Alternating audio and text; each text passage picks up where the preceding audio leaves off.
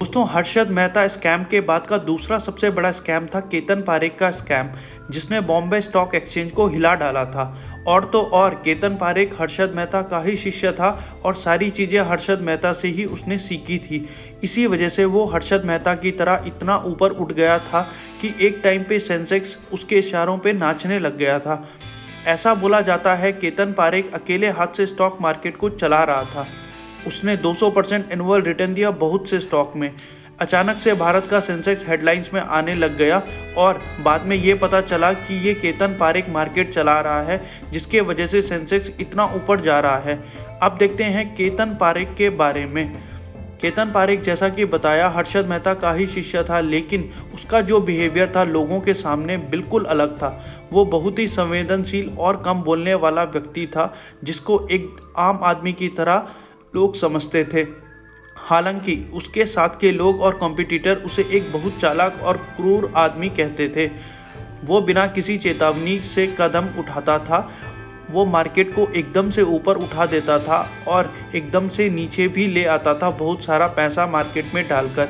इस तरह वो मार्केट से खेलता था। पेशे से वो चार्टेड अकाउंटेंट था और अपनी फैमिली का ब्रोकरेज बिजनेस चलाता था। केतन के इंटरनेशनल सेलिब्रिटी जैसे कैरी पेकर दोस्त थे और वो उनके साथ भारत में स्टार्टअप्स में इन्वेस्टमेंट कर रहे थे। अब देखते हैं कैसे केतन ने अपना जो जाल फैलाया था उसको छिपाया। लोगों के बीच में केतन को इंफॉर्मेशन कम्युनिकेशन और इंटरटेनमेंट सेक्टर पर विश्वास करने वाला आदमी माना जाता था और इसमें कुछ भी स्पेशल नहीं था, क्योंकि 90 के दशक के आखिर में और 2000 के शुरुआत में आईटी सेक्टर बिल्कुल उछाल पे था और पूरे विश्व में आईसीई स्टॉक तेजी से बढ़ रहे थे। तो ऐसा लगा सबको कि केतन जो भी स्टॉक उठा रहा है उनका बढ़ना नॉर्मल है। इसी वजह से जब उसके स्टॉक्स ने 200% का रिटर्न दिया तब भी किसी को शक नहीं हुआ, जबकि असल में केतन पारेख उन स्टॉक्स को देख रहा था जिनकी मार्केट बहुत कम है और बहुत कम लोग उस पर ट्रेडिंग करते हैं। तब वो एकदम से खूब सारा पैसा इन कंपनीज में इन्वेस्ट कर देता था और अपनी फेक कंपनीज की मदद से उन स्टॉक्स की ट्रेडिंग ज़्यादा से ज़्यादा दिखाता था।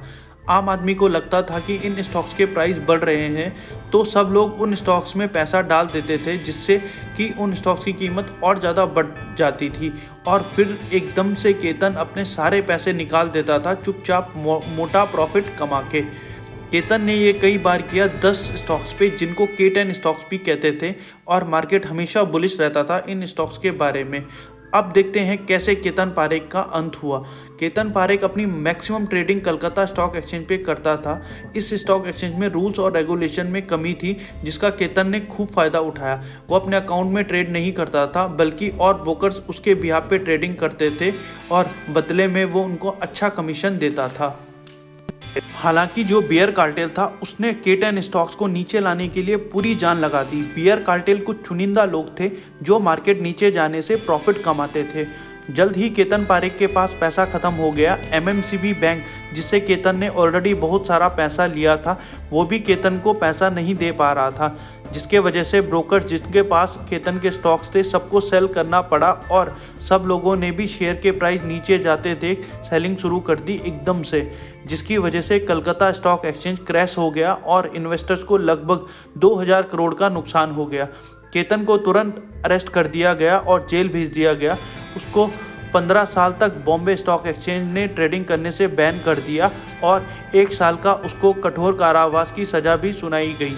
इसके बाद भी अफवाहें आई कि केतन पारेख अभी भी ट्रेडिंग कर रहा है बेनामी कंपनीज के नाम से। 2008 में इसकी जांच हुई और बहुत सारी कंपनीज को बैन किया गया ट्रेडिंग करने से। 2018 में केतन को फिर से 3 साल की सज़ा सुनाई गई सेबी के ड्यूज ना देने पर। हालांकि इसके बाद भी केतन की गतिविधियां कितनी रुकी है इसका कोई ठोस सबूत नहीं है।